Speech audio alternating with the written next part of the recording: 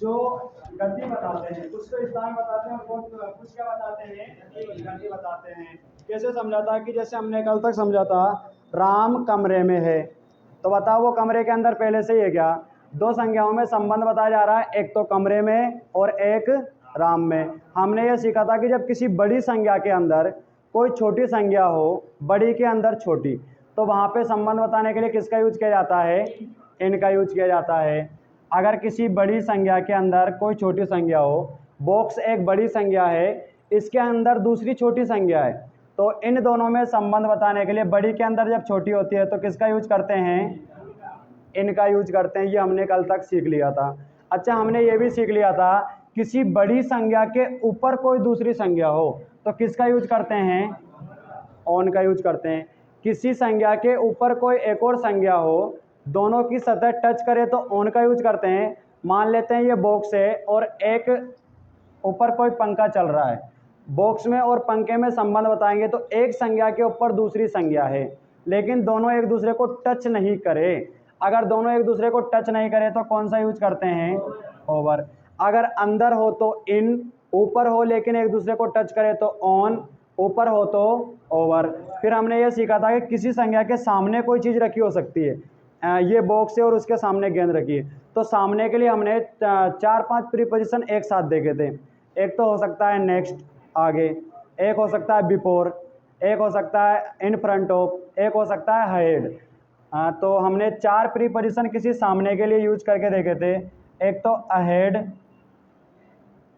In front of, उसके अलावा next या फिर बिफोर।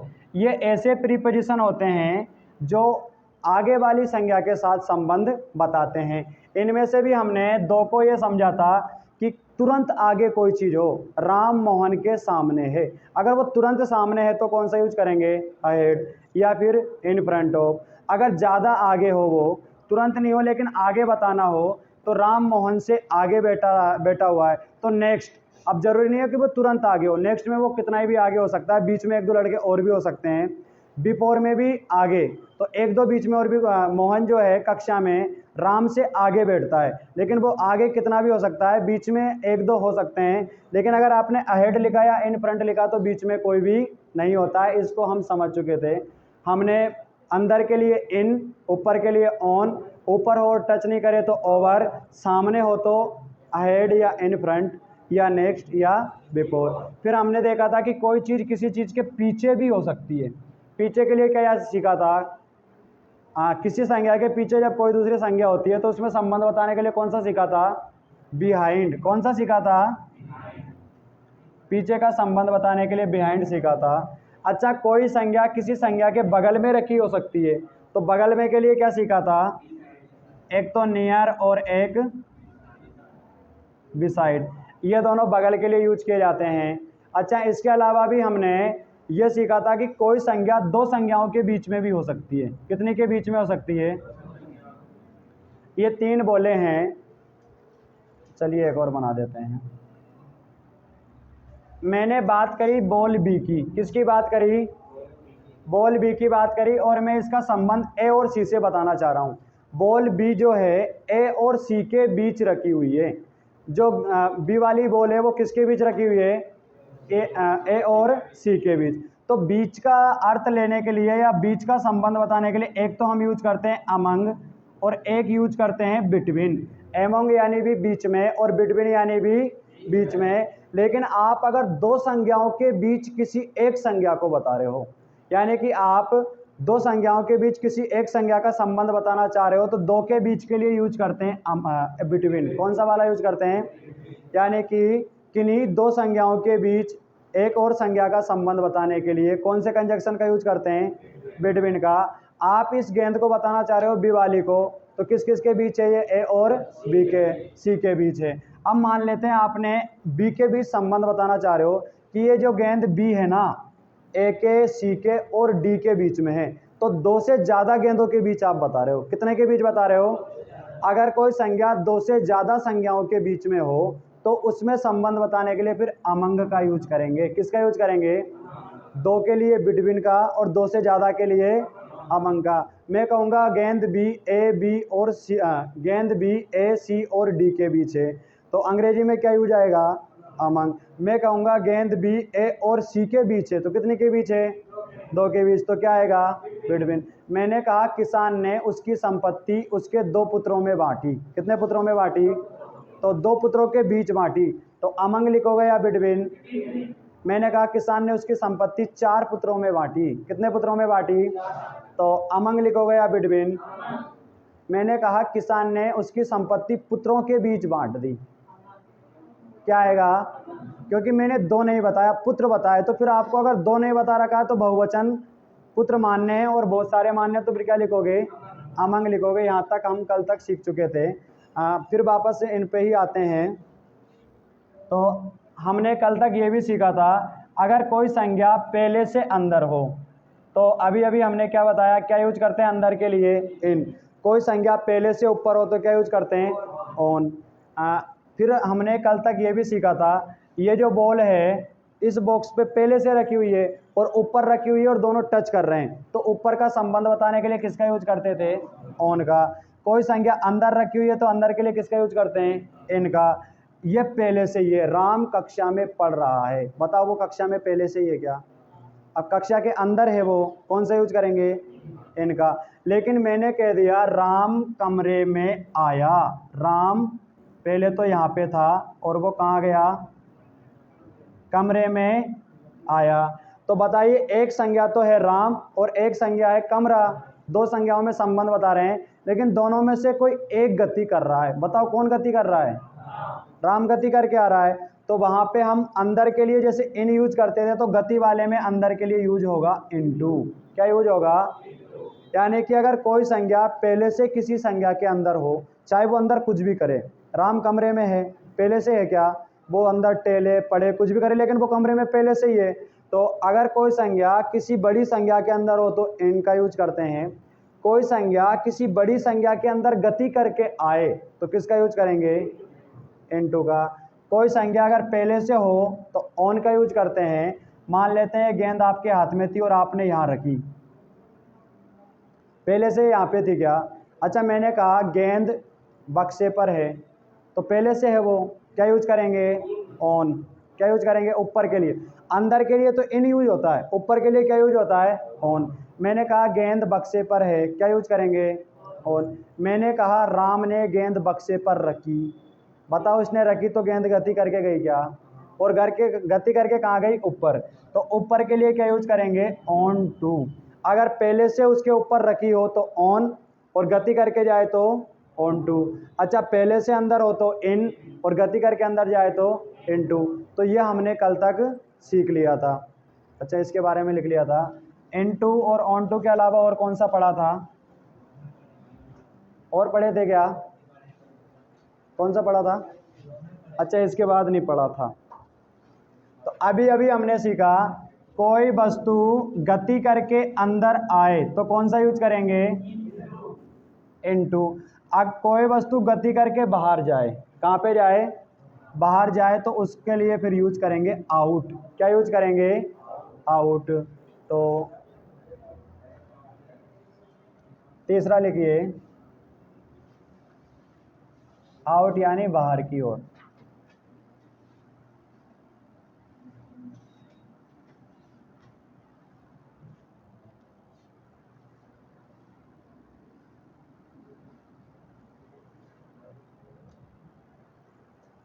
आउट का तो वैसे अर्थ से ही समझ आ रहा होगा सभी का, आउट यानी बाहर होना होता है, ठीक है ना? गेट आउट, तो गेट से बाहर हो जाइए। इसमें लिखो, जब कोई संज्ञा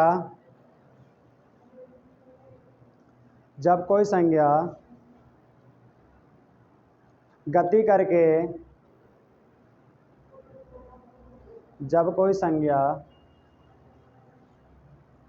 जब कोई संज्ञा गति करके किसी दूसरी संज्ञा के बाहर आती है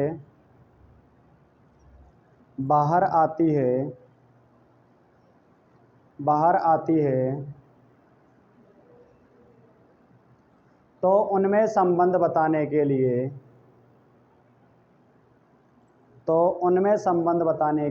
लिए आउट का प्रयोग करते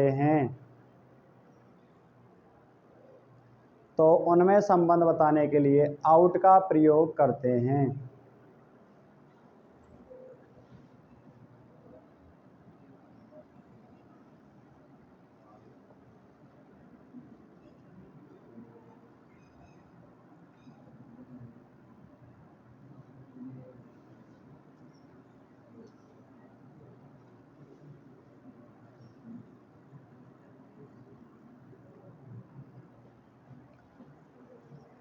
शी वेंट, वह गई, द रूम।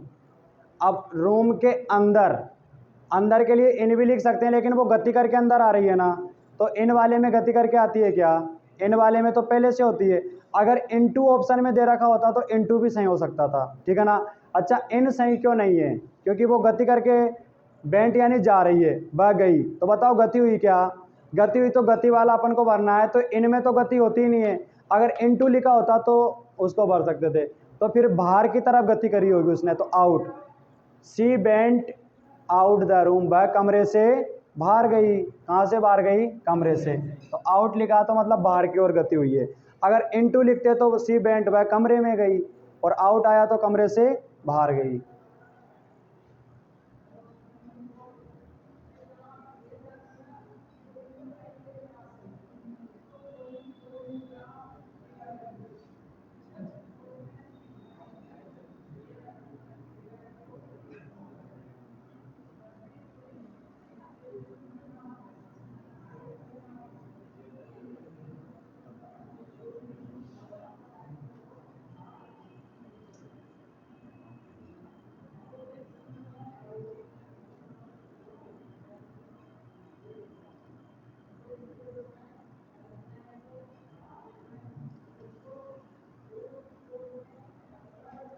शी टेक्स, उसने ली, बुक किताब, फ्रॉम बैग से, उसने बैग से किताब ली। तो बताओ किताब बाहर निकाली क्या?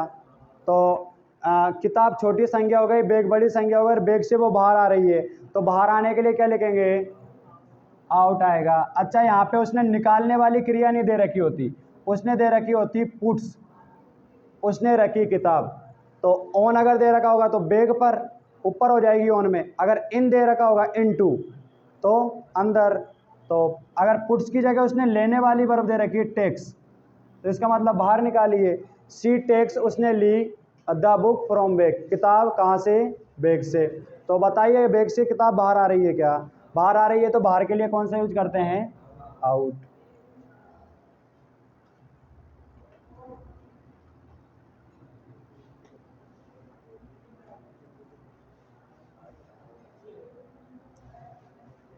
लिख लिया? चलिए अगला डालते हैं। तो अंदर कोई चीज जाएगी या अंदर की तरफ गति करेगी तो इनटू ही अपन ने कल लिख लिया था, और बाहर निकालेंगे तो किसका यूज करेंगे? आउट का। अब समझ लेते हैं अप में और डाउन में दोनों में क्या अंतर होता है। अगर अप यानी क्या होता है? ऊपर। अच्छा, हमने अभी अभी सीखा 3-4 प्रीपोजिशन जो सीखे, अगर गति करके अंदर आए तो इनटू, गति करके ऊपर आए तो ऑन टू, गति करके बाहर जाए तो आउट। अब गति करके कोई चीज़ ऊपर भी जा सकती है, कैसे जा सकती है? ऊपर। अगर ऊपर जाएगी तो क्या यूज करेंगे? अब गति करके कोई चीज़ नीचे आएगी तो क्या यूज करेंगे? डाउन, ठीक है ना। अगर गति करके ऊपर जाएगी तो अप, और नीचे आएगी तो डाउन। अब हाँ, हम बोलते हैं आई स्टैंड अप, मैं खड़ा हुआ। बताओ खड़े होते टाइम आप गति किधर करते हो? ऊपर की तरफ। सिट डाउन, मैं बैठा, तो डाउन। गति सिट डाउन होते तब किधर होती है? नीचे, ठीक है ना। अच्छा, नदी में पानी जो है ऊपर बढ़ रहा है, तो ऊपर जा रहा है तो कौन सा यूज करेंगे? अप। और पानी अगर नीचे जा रहा है तो डाउन। हवाई जहाज ऊपर उड़ रहा है, कौन सा यूज करेंगे? अप। नीचे, अगर पतंग ऊपर जा रहा है तो अप, नीचे आ रहा है तो डाउन। तो अप में और डाउन में दोनों में अंतर समझ आ गया। अगर कोई संज्ञा गति करके ऊपर जाए तो कौन सा यूज करेंगे? अप। अगर कोई संज्ञा गति करके नीचे आए तो कौन सा यूज करेंगे? डाउन। ठीक है ना? चलिए तो डालिए। अप यानी ऊपर, एक अबव यानी भी ऊपर ही होता है।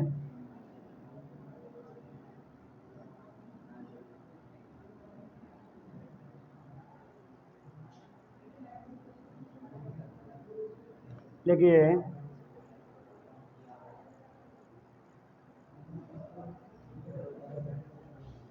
अच्छा अबव को तो अपन जगह बताने वालों में पढ़ चुके हैं वैसे पहले भी, ठीक है ना? तो आपको ज़्यादातर यहाँ पे आपका ही ध्यान रखना होगा गति वालों में। इसमें लिखिए, जब कोई संज्ञा, जब कोई संज्ञा, जब कोई संज्ञा ऊपर की ओर गति करे, जब कोई संज्ञा ऊपर की ओर गति करे तो वहाँ, तो वहाँ अप का प्रयोग करते हैं। अच्छा हिंदी भी लिख लेना इसका, ऊपर। जब कोई संज्ञा ऊपर की ओर गति करे तो किसका प्रयोग करते हैं? अप का प्रयोग करते हैं।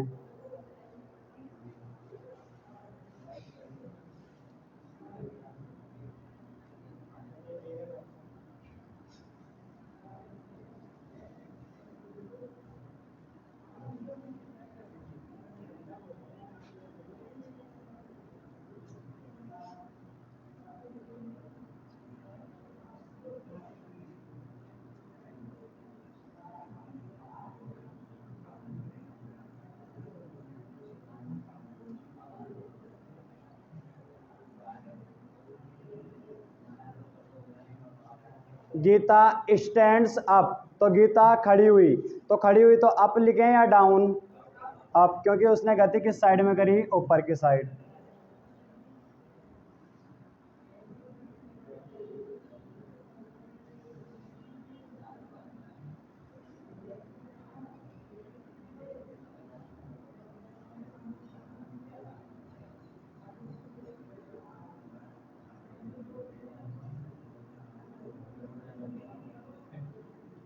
The aeroplane flying was flying, हवाई जहाज उड़ रहा था। अप या डाउन? अप।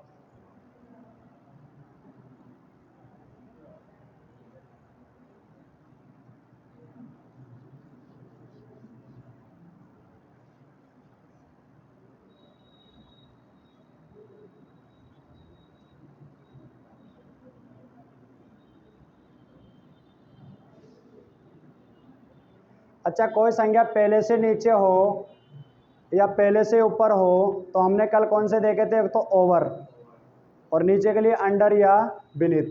उनमें लेकिन गति नहीं होती है। अब इसमें कोई गति करके जा रहा है ऊपर तो अप यूज करेंगे, गति करके नीचे आ रहा है तो डाउन यूज करेंगे। 5 बार डाल लिया क्या?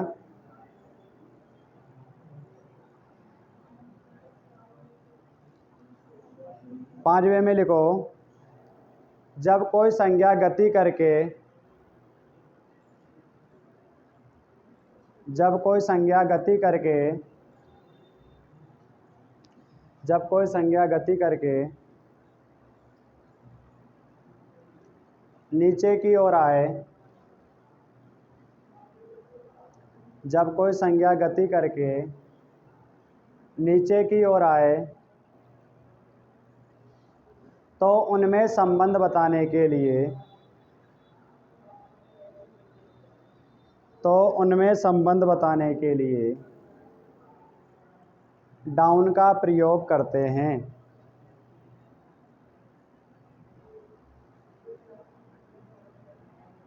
डाउन का प्रयोग करते हैं।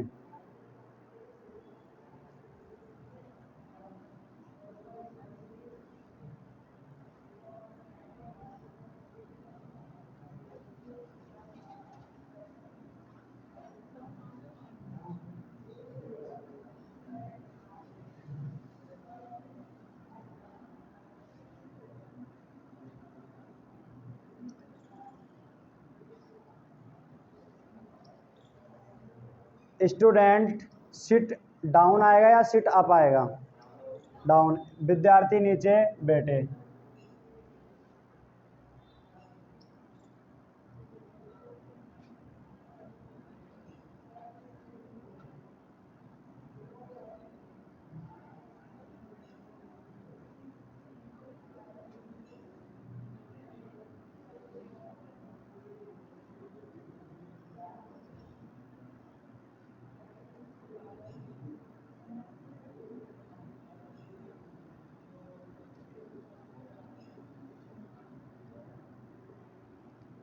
Mohan jumped the tree. Mohan पेड़ से कूदा।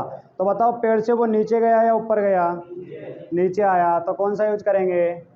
Down. Mohan jumped down the tree. अच्छा सेंटेंस लिखा हो मोहन पेड़ पर चढ़ा। मोहन क्लाइम्ड, तो अप आएगा या डाउन आएगा? Mohan climbed up the tree. Mohan पेड़ पर चढ़ा।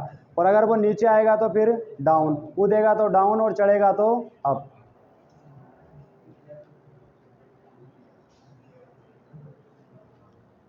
चलिए, तो टू और फ्रॉम के बारे में भी सभी ने पढ़ रखा होगा पिछली क्लासों में। नहीं पढ़ रखा है? टू कब यूज होता है, फ्रॉम कब यूज होता है? चलिए ठीक।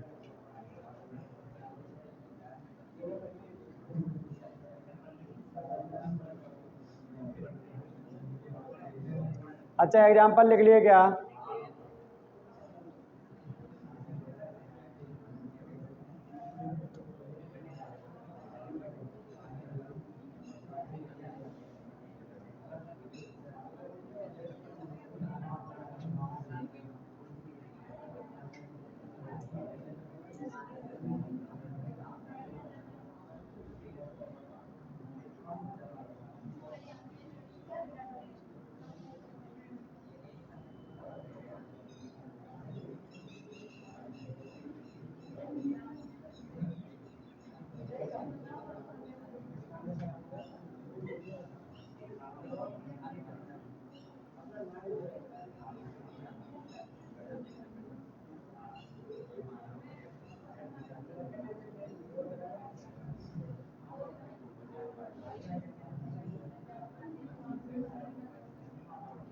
अच्छा इनका कोई हिंदी अर्थ बता सकता है क्या? दो दो सेंटेंस एक जैसे ही हैं। कैसे हैं? मोहन कम फ्रॉम कोटा, इसका मतलब क्या होगा? Mohan comes came from Kota. Mohan Kota से आया। Mohan came to Kota. मोहन कोटा आया। मोहन कोटा से आया। मोहन कोटा आया। Preposition to. अच्छा सीता है क्या? चलिए फिर तभी मैं देखो मैंने कहा सारे मुझे घूर घूर के कैसे देख रहे हैं। चलिए ठीक है। सीता कोटा से आई। सीता कोटा से आई। सीता कोटा आई। सेंटेंस एक जैसे ही है, बस प्रीपोजिशन की अगर हमने नॉलेज नहीं है और फ्रॉम की जगह पे टू लगा दिया ना तो आने वाले वो स्टेशन पर लेने पहुंच जाएंगे। आपने सेंटेंस जो बोलना था ना, कौन सा बोलना था? ये बोलना था, ये वाला। सीता कोटा से आई ये बोलना था, आपने फोन पे बोल दिया सीता केम टू कोटा। सीता कोटा आई। सामने वाले को अंग्रेजी आती है तो वो तो समझ जाएगा कि सीता कोटा आ रही है, स्टेशन पे लेने चलें। वो स्टेशन पे लेने चल जाएगा, जबकि आपको तो ये बोलना था कि सीता तो कोटा से गाँव आई है। सीता कोटा से आई है और सीता कोटा आई है, दोनों में अंतर है किसकी वजह से? फ्रॉम और टू की वजह से। तो दोनों में समझते हैं, जब कोई संज्ञा किसी दूसरी संज्ञा से दूर होती है, क्या होती है? तो दूर होने के लिए फ्रॉम का यूज किया जाता है। किसका यूज किया जाता है? अगर कोई संज्ञा किसी संज्ञा के नज़दीक जाती है, कहाँ जाती है? यानी पास आती है, तो पास आने के लिए टू का प्रयोग किया जाता है। Mohan goes to school. Mohan school जाता है। तो बताओ वो स्कूल के पास जा रहा है क्या? Mohan goes from school. Mohan school से जाता है। तो बताओ स्कूल से जा रहा है वो, तो दूर हो रहा है। तो दूर होने के लिए फिर यहाँ पे क्या यूज किया? फ्रॉम यूज किया। तो फ्रॉम में और टू में क्या अंतर होता है? समझ आ गया। जब कोई संज्ञा किसी संज्ञा के नज़दीक जाएगी तो टू यूज करेंगे। क्या यूज करेंगे? और जब कोई संज्ञा किसी संज्ञा के पास आएगी तो कौन सा यूज करेंगे? फ्रॉम।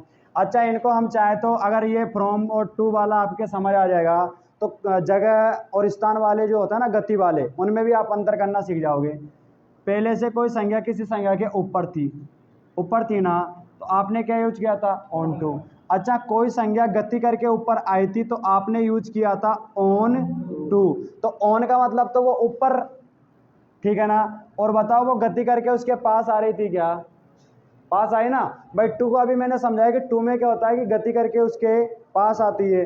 तो एक तो ये पास जा रही है इस वजह से टू आ गया, और ऊपर जा रही है तो ऊपर के लिए ऑन आ गया। ऑन के बारे में आपने पहले से पढ़ रखा है, टू के बारे में अब समझ लिया, तो ऑन टू आपको याद नहीं करना पड़ेगा। तो समझ आ गया क्या? यानी कि जब कोई संज्ञा गति करके किसी दूसरी संज्ञा से दूर होती है तो फ्रॉम यूज करेंगे। कौन सा यूज करेंगे? फ्रॉम। जब कोई संज्ञा गति करके किसी संज्ञा के नज़दीक जाती है तो क्या यूज करेंगे? टू यूज करेंगे। समझ आ गया? अच्छा, टू का वैसे तो किसी सेंटेंस में कोई अर्थ नहीं होता है, लेकिन कभी कभी अर्थ को का दे देता है ये, तो टू का वैसे कोई अर्थ नहीं होता है। अच्छा, कितने पढ़ लिए थे? 5 6। तो टू का वैसे तो कोई हिंदी अर्थ नहीं है, लेकिन कभी कभार ये को का अर्थ देता है। इसमें लिखिए, जैसे I give a book to Mohan, मैंने मोहन को एक किताब दी। तो बताओ वो किताब मैंने मोहन को दी तो वो गति करके किताब मोहन के पास पहुंची क्या? इसलिए अपन वहाँ टू बोलेंगे, मोहन को। तो वहाँ पे ये को का अर्थ देगा। और कभी कभार इससे कोई अर्थ भी नहीं आता है। मैं जयपुर जा रहा हूँ, I am going to Jaipur. तो बताओ जयपुर के लिए यहाँ पे टू का कोई अर्थ आ रहा है क्या? मैं जयपुर जा रहा हूँ। तो मैं आई एम गोइंग यानी जा रहा हूँ, और टू जयपुर मैं जयपुर जा रहा हूँ, तो टू का कोई अर्थ नहीं आ रहा है। यानी टू का कभी कभार कोई अर्थ भी नहीं आता है। लेकिन आज से आपके एक बात समझ आ जानी चाहिए कि टेंसों में हम टू लगाते हैं ना, किसी भी जगह पे जाते हैं तो टू लगता है। तो टू का लगाने का कारण क्या है? टू का यही कारण है कि ये नज़दीक आने को बताता है, कि जब कोई संज्ञा किसी दूसरे संज्ञा के नज़दीक आती है तो किसका यूज करते हैं? टू का। चलिए लिखिए, जब कोई संज्ञा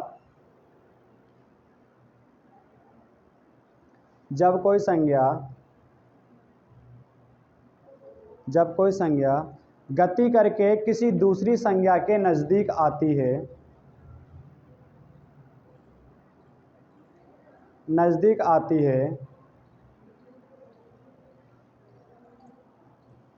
जब कोई संज्ञा गति करके किसी दूसरी संज्ञा के नज़दीक आती है तो टू का प्रयोग करते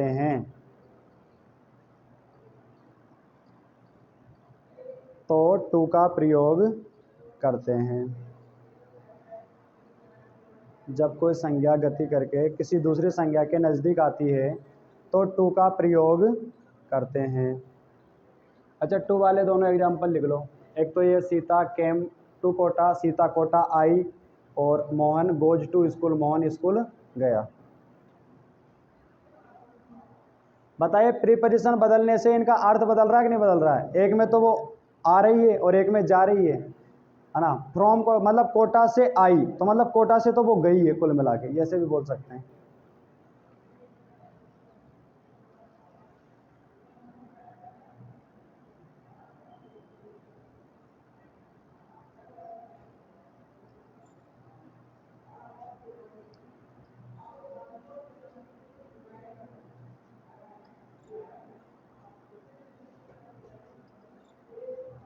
अच्छा, टू वाला अगर एक एग्जाम्पल और समझना चाहें,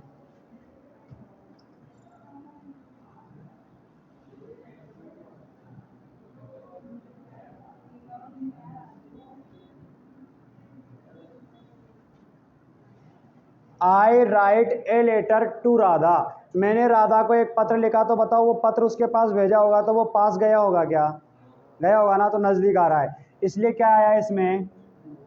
टू आया है। ठीक है। अच्छा, मैंने लिखा आई रिसीव्ड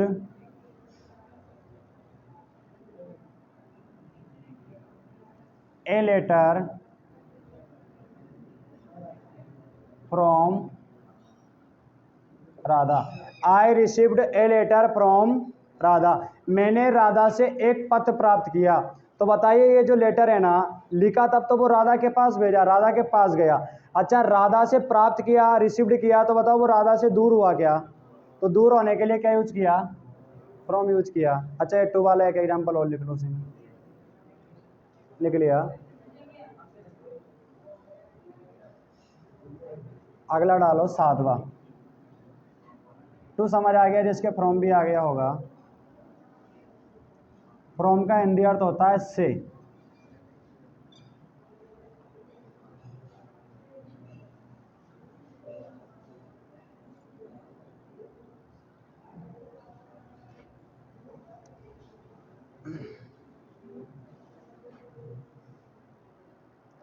फ्रॉम यानी से। इसमें लिखो जब कोई संज्ञा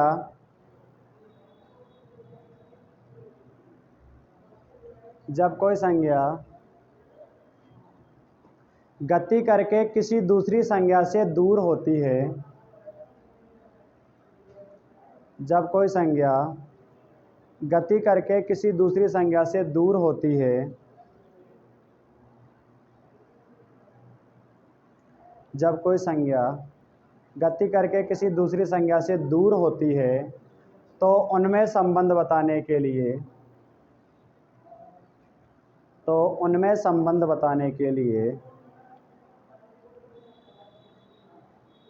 फ्रॉम का प्रयोग करते हैं। तो उनमें संबंध बताने के लिए फ्रॉम का प्रयोग करते हैं।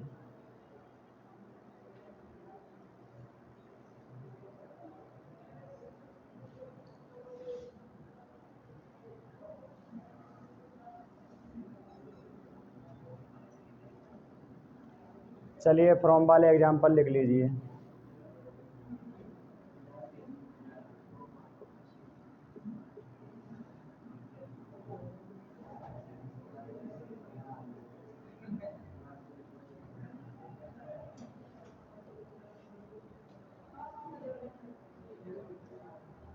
फ्रॉम वाले हैं ना, तीनों लिख लो। हाँ, सीता केम फ्रॉम कोटा, सीता कोटा से आई है। Mohan goes from school, Mohan school से गया। और I received a letter from Radha, मैंने राधा से एक पत्र प्राप्त किया। तो उसमें पत्र ने जो है ना गति करी है और वो पत्र दूर हुआ है, इसलिए फ्रॉम आया। अगर वो पत्र पास आता तो क्या लिखते हैं, टू।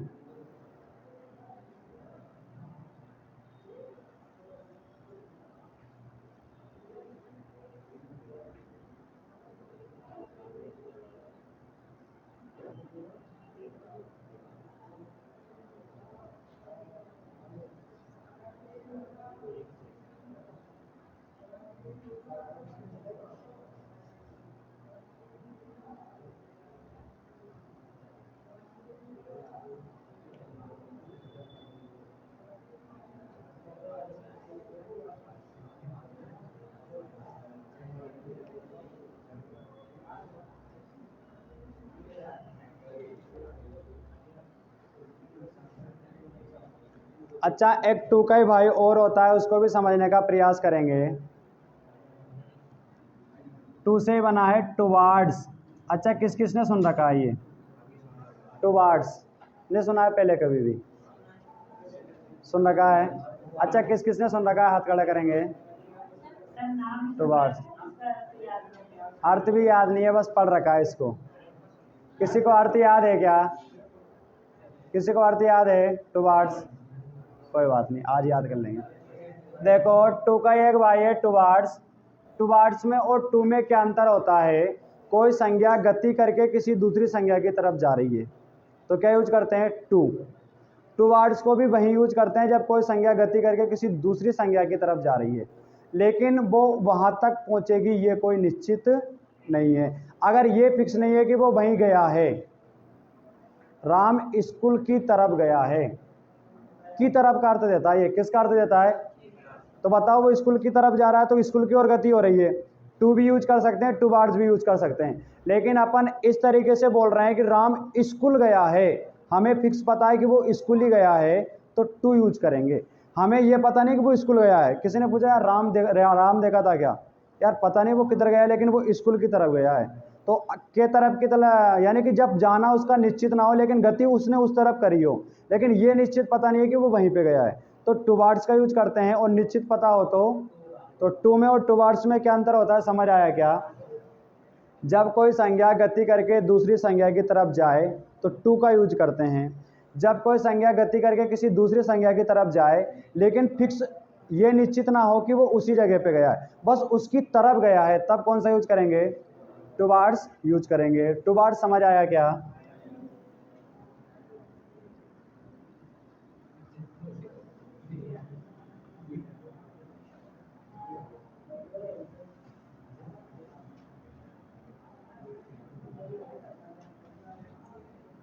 टुवार्ड्स यानी की तरफ,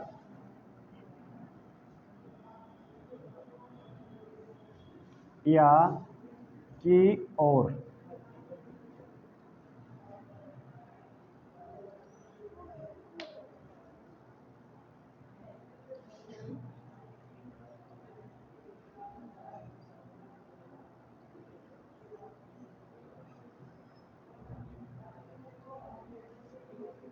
इसमें लिखो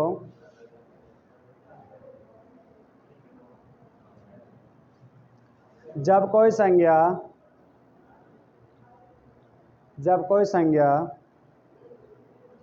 गति करके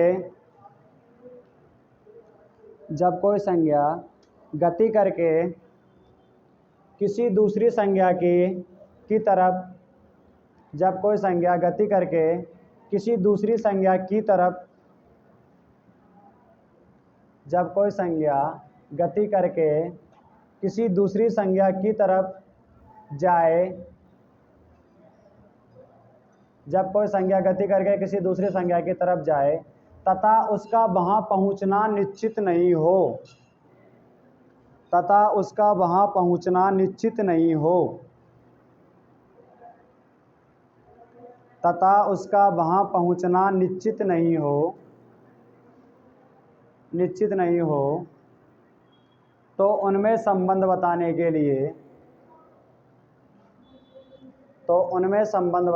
लिए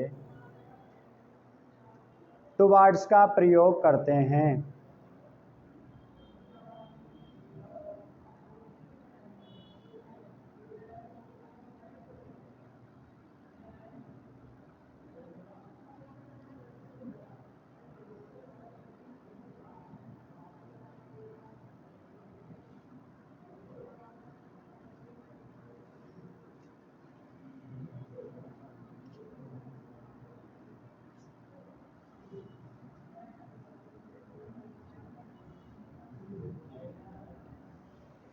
चिल्ड्रन थ्रू द बॉल, बच्चों ने बॉल फेंकी किसकी तरफ?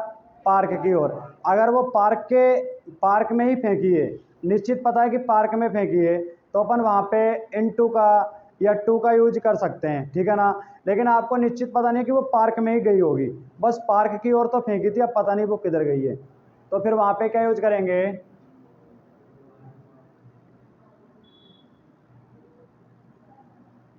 कौन सा वाला यूज होगा? Towards. Children through the ball towards the park, बच्चों ने बॉल किसकी तरफ फेंकी है? पार्क की तरफ। अब ये निश्चित नहीं है कि वो पार्क में गई है। अगर टू लिख दिया ना तो बच्चों ने गेंद कहाँ फेंकी थी? पार्क में। टू में तो निश्चित है, लेकिन टुवार्ड्स में निश्चित नहीं है, उधर फेंकी थी, अब पता नहीं किधर गई है, मिल नहीं रही है।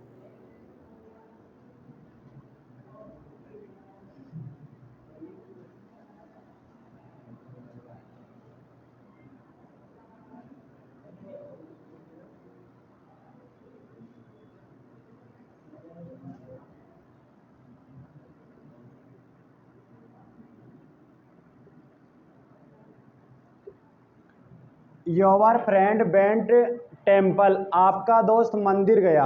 अगर आपने टू लिख दिया ना तो गारंटी से वो मंदिर में ही मिलेगा, क्योंकि वो कहाँ गया है? टू लिख दिया तो पास जाते हैं, नज़दीक जाते हैं।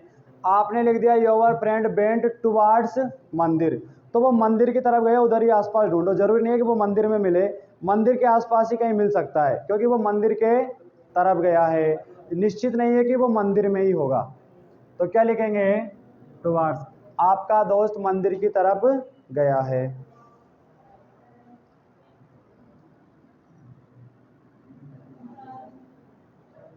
हाँ, कौन बोल रहा है? पेन चाहिए? अच्छा, हाथ दुख रहा है।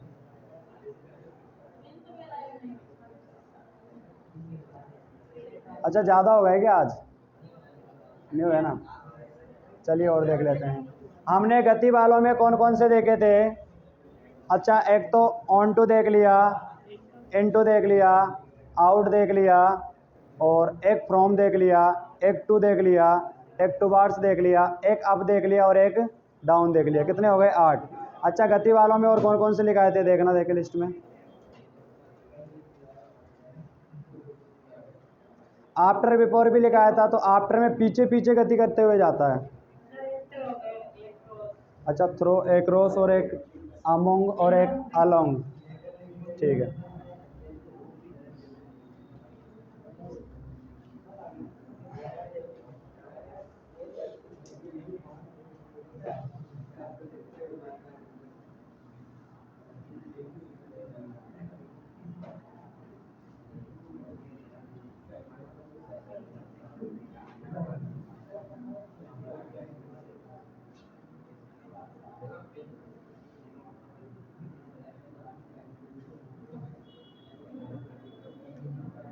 चलिए समझते हैं। 4 एक साथ समझने वाले हैं। कितने समझने वाले हैं?